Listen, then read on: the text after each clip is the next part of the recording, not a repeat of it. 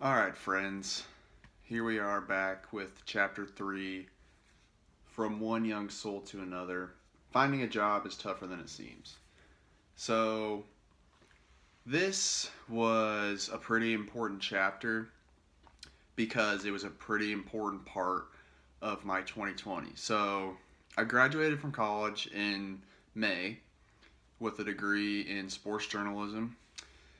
And, I have wanted to be a sports writer for a long time.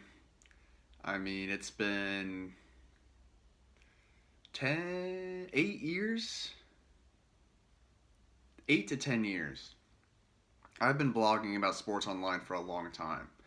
So it was one of those things that just clicked with me. I really liked writing, I liked sports, just did a little bit of this, did a little bit of combination action, and I've been doing it ever since, or at least I had been up to recently. So basically, going back to high school, I thought that I was ahead of the game. There couldn't be anyone like me out there that's 14, 15, just loves writing about sports and is getting all this knowledge about the industry and all that. And I thought, man, by the time I'm in college, I'm going to have so much experience. I'm going to easily be hired. There's just no way. I'm going to improve so much throughout this time, and it's just not going to be hard to find a job. And as I got to college and I got closer and closer to that graduation date, I realized it's not that easy and it probably won't be that easy to find a job when I get out. And when I was a junior, I kind of realized I don't know if I actually want to be a sports writer. I think I just want to be a writer. And what I've kind of settled into now is that I just like storytelling. So whether it's sports or something else, that's what I want to do. And so I kind of got off the sports journalism path, and I wouldn't hate doing that for a job, but it wasn't something that I was super focused on like I once was. So after I graduated, I was looking for jobs, and of course, it was COVID, and it was the like pretty early stages of COVID, so there wasn't a ton out there. A lot of companies weren't hiring. They're on hiring freezes and all that. And it made for a great excuse why I hadn't found a job yet because, family and friends would always ask what's up with it. And I'd be like, yeah, these media companies, their advertising budgets are cut right now because of COVID, blah, blah, blah. It was just a nice built in excuse, and I could just kind of focus on what I wanted to focus on, which was just writing and not necessarily finding a job in that time and just working my day job, and that was fine. And over time, you know, I applied for a handful of jobs, and I didn't apply for a bunch of jobs. Like, I'm not gonna lie, and even to this point, I still haven't. And my parents keep telling me, you gotta apply for a lot of jobs before you hear back. Sometimes it may take up to 100 applications for you to hear back.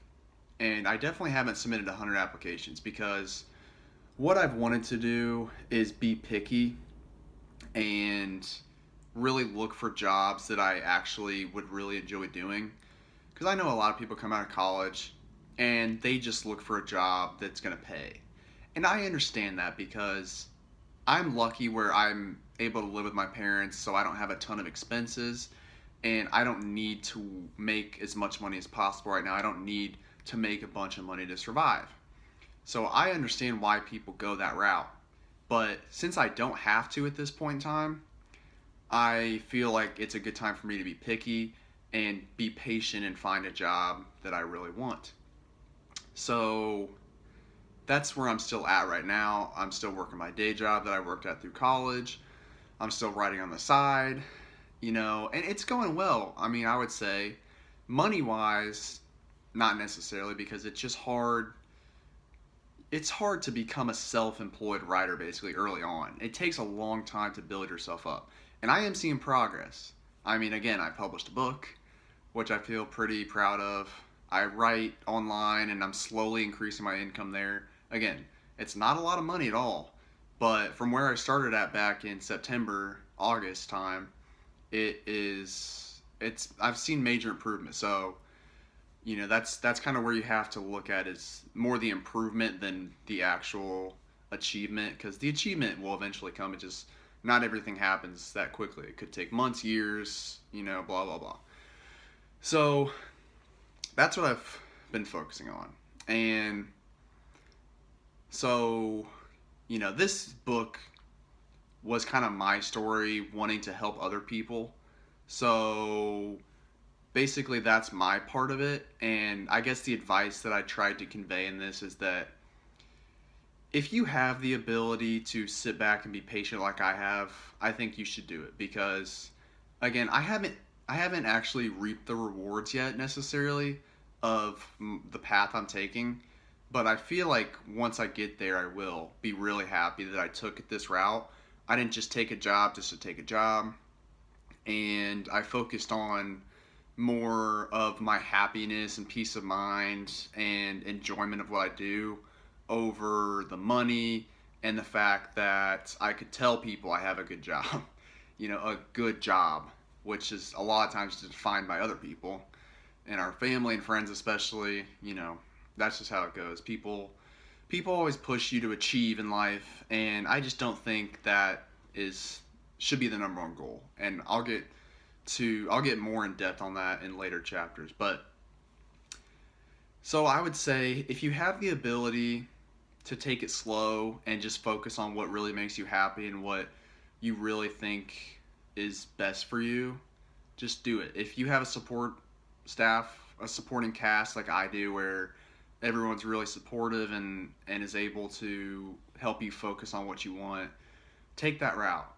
And if you do have to get a job that you don't like, just realize that everything can be short term in life if you want it to be.